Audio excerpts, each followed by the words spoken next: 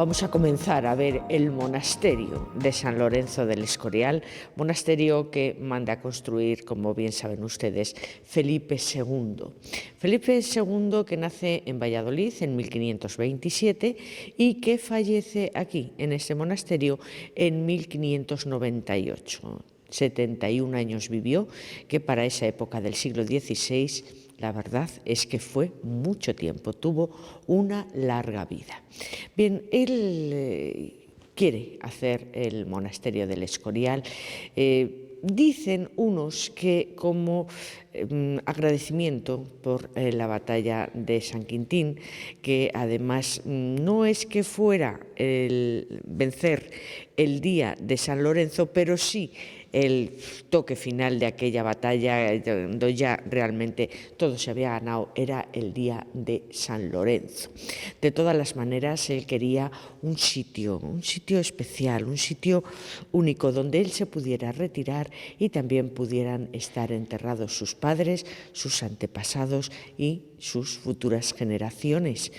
Así que lo que hace es llamar a Juan Bautista de Toledo. Él viene, este hombre había trabajado junto con Miguel Ángel en Italia, tenía unas ideas, por supuesto, ya muy avanzadas del Renacimiento, y le llama.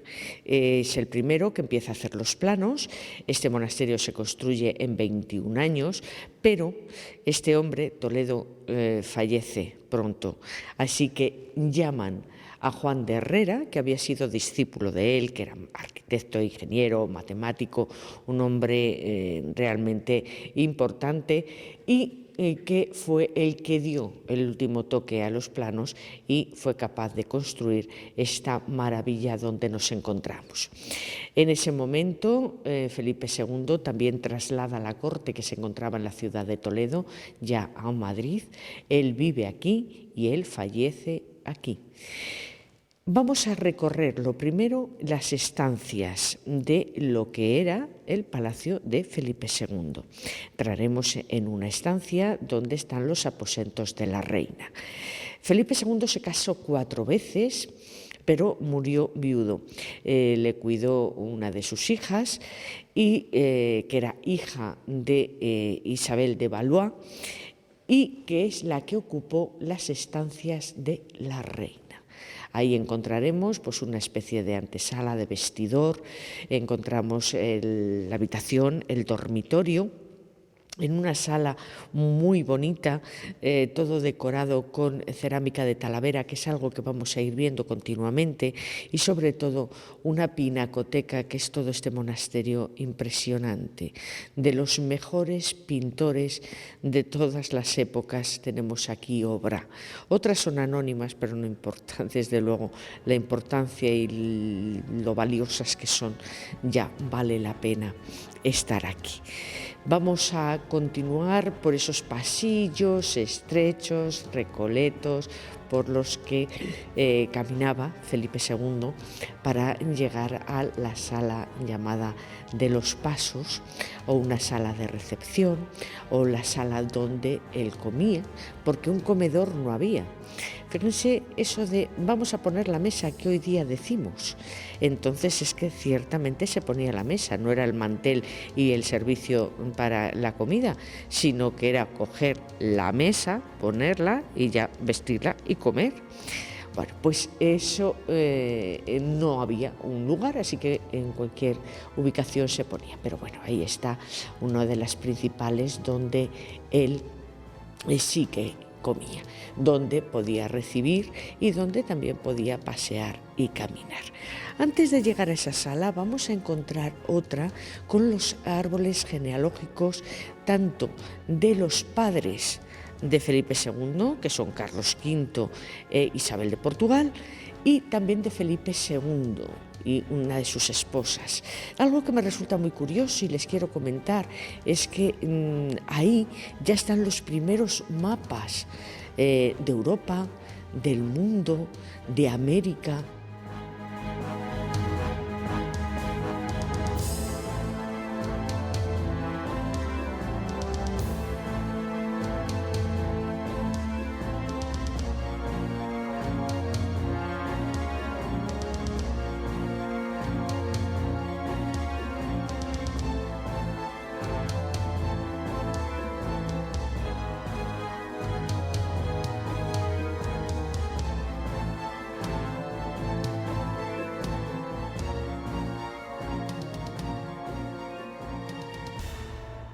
Bueno, pues aquí, como pueden ver ustedes, está la alcoba, una alcoba que tenía una ventana que daba directamente a la basílica, igual que en el aposento de la reina, de forma que ellos podían escuchar y seguir la misa desde esta parte alta y no estar presentes allí. Tiene también un despacho. Encontramos aquí el primer reloj del siglo XVI, que no daba los minutos, solo las horas, y que también servía para alumbrarse. Me ha resultado una preciosidad. Vamos a ir encontrando vargueños, seguimos con las maravillas de los cuadros que encontramos, y como ven, las camas estas tenían los doseles y bueno, el calentador de la cama que se ve ahí a uno de los lados para esas frías noches. Si abrimos las ventanas desde aquí, también podía Felipe II ver los jardines. Así que por un lado la iglesia, por otro los jardines, y estar tranquilo. Él fallece el 13 de septiembre de 1598, lo hace en esta habitación y bueno, pues desde aquí ya esa vida de él dejó su impronta en esta maravilla de monasterio y él falleció. Sí que quiero contarles algo curioso. Igual que su padre, Carlos V, Felipe II padecía de gota, así que cuando viajaba, el traqueteo que le iba dando las diligencias no eran lo más cómodo para ellos. Solución, una silla, que es la silla auténtica, en la que le transportaban personas. Cuando los que iban cargando se cansaban, pues entraban otros y cogían el relevo, de forma que para él fuera el viaje mucho más liviano. Y también quiero que se fijen en un detalle de unas puertas de madera, hechas maderita a maderita, que los colores son los mismos de la madera. Si vemos verde es porque esa madera estaba verde. Hay varias y son maravillosas. Así que cuando vengan a este monasterio no dejen de fijarse en esos detalles de las puertas. Vamos a continuar, que tenemos mucho que ver aquí en este lugar.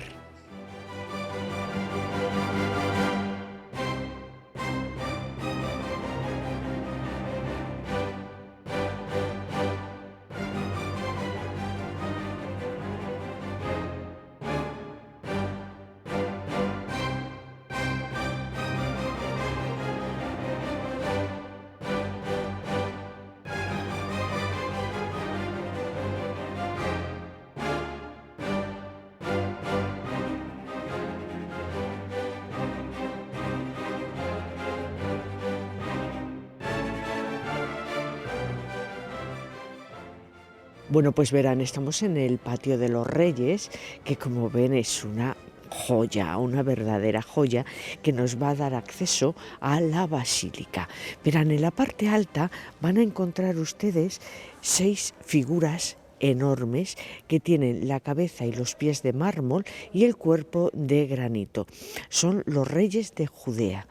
Ahí vamos a entrar en la basílica de planta de cruz griega, con una cúpula, un cimborrio espectacular y unas pinturas maravillosas.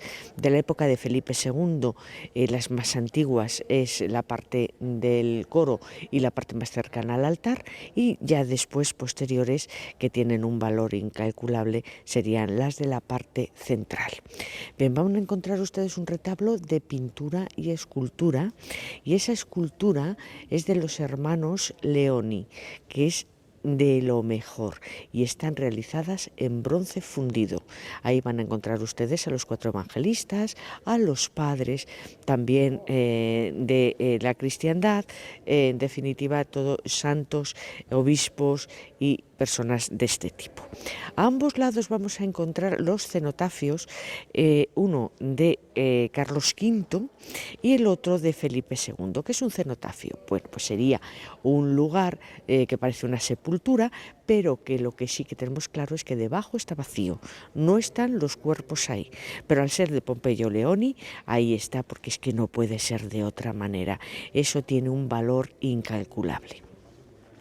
Vamos a acercarnos a la parte de atrás o bien de la entrada de la basílica y vamos a encontrar el gran Cristo realizado en mármol de Carrara en una sola pieza, excepto los brazos que están pegados.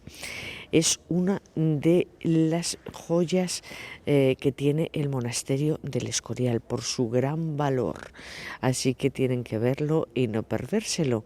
Vamos a continuar porque por aquí ya tenemos la biblioteca, tenemos la parte donde vive la comunidad de agustinos y también un colegio que hay que es de la época de Alfonso XII que lleva ese nombre, porque el monasterio fue la desamortización de Mendizábal cuando durante unos cuantos años estuvo vacío. La orden jerónima, que fue la primitiva, que aquí estuvo durante siglos, tuvieron que marcharse y fue Alfonso XII el que, habiéndose educado en colegios agustinos, quiso traer a esa comunidad aquí y hasta ahora son los que están rigiendo este lugar.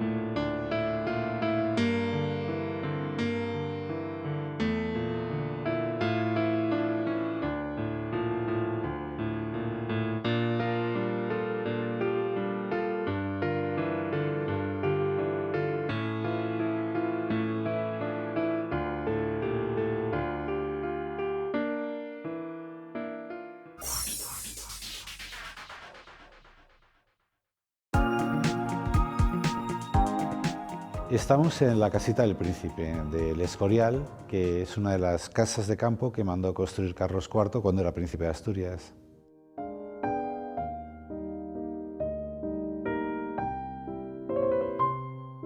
Él pasaba la jornada de San Lorenzo del Escorial en los meses de octubre y noviembre y venía aquí por las mañanas. Cocinaba, almorzaba y se divertía con la decoración de la casa de campo.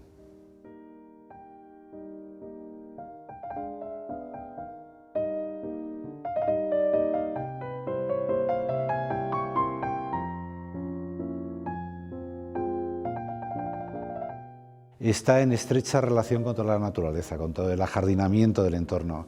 Le gustaba también la ornitología, le gustaba el arte muchísimo, coleccionaba muchísima pintura.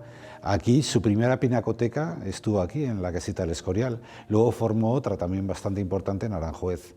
Pero bueno, eran las pasiones que tenía, naturaleza y arte. Él, aparte de encargar obra a los artistas de la época, el propio Goya, en fin, Valleu, Maella, luego coleccionaba mucha pintura antigua. Aquí, por ejemplo, tenemos dos cuadros enormes de Luca Giordano, más otros muy pequeñitos también de Luca Giordano, que es un pintor muy representado en las colecciones reales.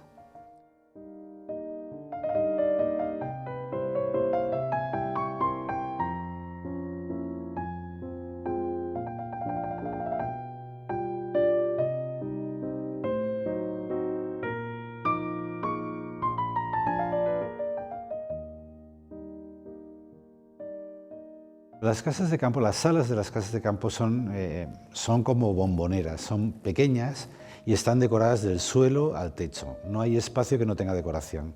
Las bóvedas de esta casa de campo o bien son estucos decorados, preciosos, o bien son pinturas al óleo, digamos, no es exactamente fresco, pero es pintura al óleo sobre los techos, ¿no? Con decoraciones que llamaban en la época pompeyanas, que están inspiradas en la Domus Aurea de Nerón en Roma y también en las logias del Vaticano. Es un estilo ornamental. Desde bóveda a suelo, pasando por las cornisas, por las colgaduras de seda, por los arrimaderos de madera tallada y dorada, digamos, no hay espacio que no esté decorado. y digamos a veces incluso exageradamente, porque bueno, el aspecto actual más corresponde a la época de Fernando VII, pero aquí tenía cientos, centenares de pinturas, ¿no?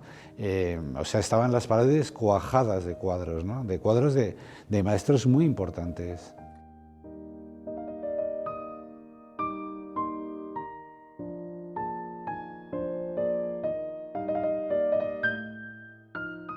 Aquí, digamos, quien vino tanto como príncipe, pero sobre todo como rey, fue Fernando VII. Luego ya Isabel II o los Alfonsos XII y XIII, digamos, realmente no hacen tanto uso de la casa de campo. Este concretamente es un mobiliario fernandino y bueno, y se ha mantenido a lo largo del tiempo. O sea, no ha sido renovado por Isabel II o tal. Se reconocían que eran muebles buenos, que estaban bien hechos y aunque estaban ya de modés, no era el mueble que se hacía en época de Alfonso XIII, por ejemplo, pero se respetaba como obra de arte porque eran conscientes que eran piezas de mobiliario muy importantes. Como esta mesa que tenemos de columna detrás, que esta sí que es de época de Carlos IV. Es de madera de caoba, el tablero es de piedras duras y todos los bronces dorados que están imitando pues una especie como de templete, ¿no?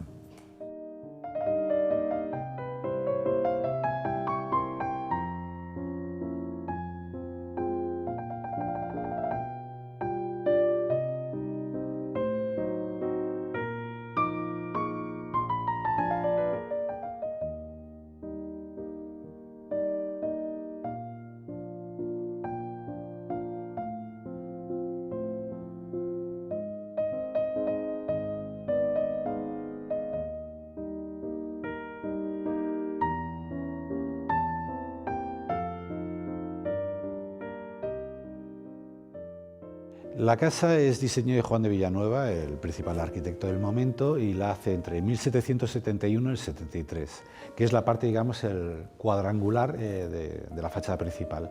Y luego se amplía con este salón y el salón del café, digamos, el ovalado, entre los años 81 y 83 por el propio Juan de Villanueva, que adapta esta ampliación al edificio preexistente. Esa parte, digamos, se comunica con la Puerta de Madrid, se llamaba así porque el Camino de Madrid venía por allá, mientras que la otra puerta, que está por la zona del estanque, nos lleva hacia el Real Monasterio.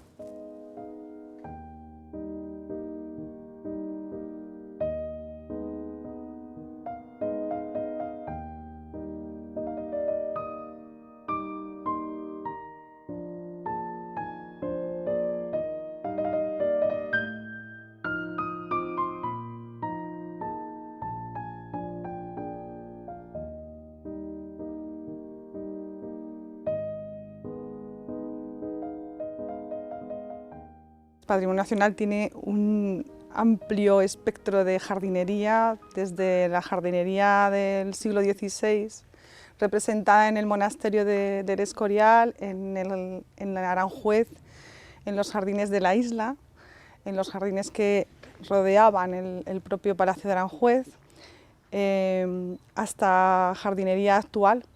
En el momento actual, pasando por el siglo XIX, siglo XVIII, tenemos una representación de la jardinería de 5 siglos. Siempre se quedaba en desuso lo anterior. Lo bueno que tenemos en Patrimonio Nacional es que muchos se conservan o bien en su trazado o bien en sus ejes, muchas veces con caminos, sus fuentes, porque son tan importantes, son jardines de reyes, era lo mejor del momento. Y cómo ha ido cambiando, pues claro, los gustos siempre cambiaban. Las nuevas especies, con la aparición, por ejemplo, del tulipán, que podemos recordar, la aparición de todas las plantas que vinieron de América, del descubrimiento de América, la creación de jardines de aclimatación, jardines botánicos para el cultivo y la propagación de los jardines implicó grandes cambios en la jardinería y en la actualidad se sigue manteniendo este interés por las nuevas especies. Tenemos proyectos de restauración de jardines en el momento en el que se hicieron, totalmente de restauración integral. Tenemos proyectos de adecuación, como puede ser este caso en el que estamos en el jardín de la casita del Príncipe del Escorial, que lo que se ha hecho, nos hemos encontrado con un trazado y lo que hemos hecho ha sido recuperar ese trazado en lo que está en nuestras manos, porque ha sufrido varias modificaciones. Tenemos grandes plantaciones de coníferas como son secuoyas, que con su gran porte nos impiden la recuperación del trazado original. Entonces hay un proceso de evaluación de si se puede restaurar al original o realmente hay que mantener esos ejemplares que son muchas veces tan importantes como el propio trazado.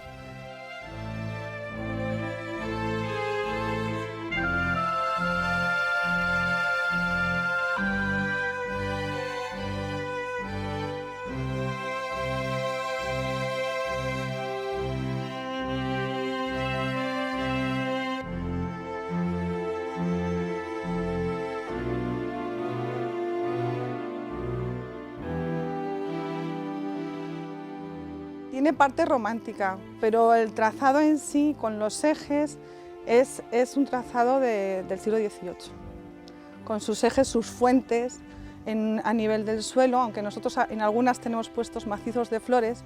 Este trazado con los paseos llegando hasta el suelo era un trazado original del XVIII. Lo mantenemos. Lo que ya no, a lo mejor no tenemos es pues exactamente las especies que se cultivan en la actualidad, varían con las anteriores. El trazado de setos también es un trazado de la época, ¿no? O sea, no todo el trazado está cambiado.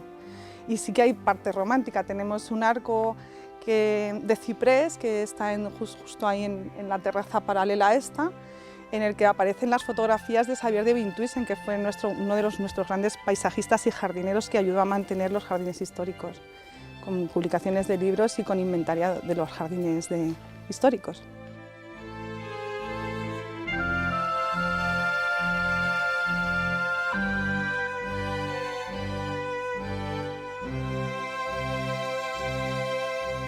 Pues como árbol en sí, podemos hablar de plantaciones de castaños de Indias, por ejemplo, aunque el árbol más emblemático que desgraciadamente ha desaparecido era el olmo, que era el que formaba las grandes avenidas de acceso a los reales sitios y que por una enfermedad, por la grafiosis, murieron prácticamente la totalidad de ejemplares en los años 80 y 90. Es el que realmente se introdujo en la época de Felipe II y que luego los Borbones se encargaron de reproducir y que desgraciadamente no tenemos. Como seto hablamos del seto de boj, que lo tenemos en todos los jardines del Patrimonio Nacional, y como flor, pues allá es más complicado, así la singularidad de que la flor favorita de Felipe II era el narciso. Curiosamente, le llamaban junquillo y hablaba a sus hijas de los junquillos, entonces así como flor, por supuesto la flor de lis, ¿no? Pero como curiosidad que nos encanta y que lo veréis frecuentemente son los narcisos, que es una flor que aparece la primera en primavera. Las hortensias que en la parte del norte de España y en las zonas de húmedas se mantienen estupendamente y forman grandes masas. En este caso, en esta restauración de jardín existían hortensias, estas que veis aquí concretamente estaban ya antes, y cuando hicimos la restauración tuvimos que elegir alguna especie para reponer. La restauración no era una restauración intrínseca en sí misma, sino que es, como has comentado, una adaptación del trazado para poder tener los jardines de alguna forma parecido a la documentación que teníamos. Entonces elegimos la hortensia porque requiere poco mantenimiento y realmente el que tenga la flor seca es por un sistema que tenemos de mantenimiento de evitar las heladas. Entonces lo que hacemos es que cuando llega la primavera quitamos esa flor seca que está protegiendo el brote y el nuevo brote que trae la flor es el que no tiene problemas. Si la dejáramos descubierta con los fríos que hacen aquí, concretamente en el Escorial, se le harían los brotes y perderíamos la flor o gran parte de la flor de ese año. En Patrimonio Nacional tenemos la gran fortuna de tener una gran colección de árboles singulares catalogados por la Comunidad de Madrid como árboles singulares, entre los que figura como casi árbol emblemático el cedro de la casita de arriba, y en los que tenemos un mantenimiento y un control de los árboles, con programas de seguimiento, estudios específicos, y entonces nos sentimos muy orgullosos de estos árboles que nos han llegado a nosotros por conservación de la jardinería, claro.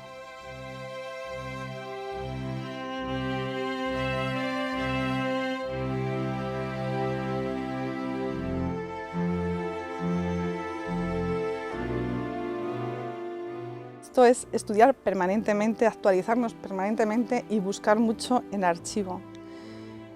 Para lo que es el mantenimiento y conservación, tal y como están actualmente, realmente son programas de mantenimiento que llevamos periódicos, pero luego lo reforzamos con estudios pues, específicos sobre arbolado, sobre plagas, sobre enfermedades, sobre poda, que ahora estamos haciendo aquí una poda de mantenimiento para formar los árboles y que no muestren ramas ni daños estructurales. Pero luego está la otra parte de estudio de la restauración y eso no se acaba nunca. Hacer una restauración de un jardín pues nos puede llevar a lo mejor 3, 4, 5 años si se hace con arqueología, si se hace con las técnicas documentadas que se tienen que hacer. Y es una labor ardua, que es desde el estudio previo, ver trazados, estudios polínicos y hasta que se manda un proyecto, sale, pueden tardar pues, prácticamente 5 años o más, dependiendo de las características del jardín, muy complicado. Pero estamos muy orgullosos de poder hacerlo también.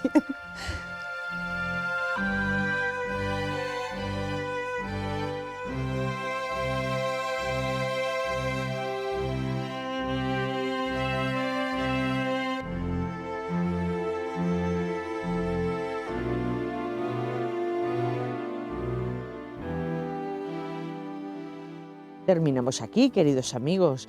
Espero que todo lo que les hemos enseñado de San Lorenzo del Escorial sirva para que bien recuerden cuando ustedes estuvieron aquí o si no lo han hecho, vengan por primera vez. No se lo pierdan, el lugar es maravilloso, aquí en la provincia de Madrid, en la sierra, con una temperatura estupenda aunque estemos en pleno invierno. Como ven, la naturaleza y la vegetación es lo que nos rodea, así que disfruten ustedes de buenos caminos, de buena gastronomía, de buenos monumentos y de tanta y tanta historia como encierran estas calles y estos lugares. Como siempre, gracias por haber estado ahí con nosotros y recuerden que la próxima semana estaremos de nuevo con todos ustedes. Gracias, queridos amigos, y felices viajes.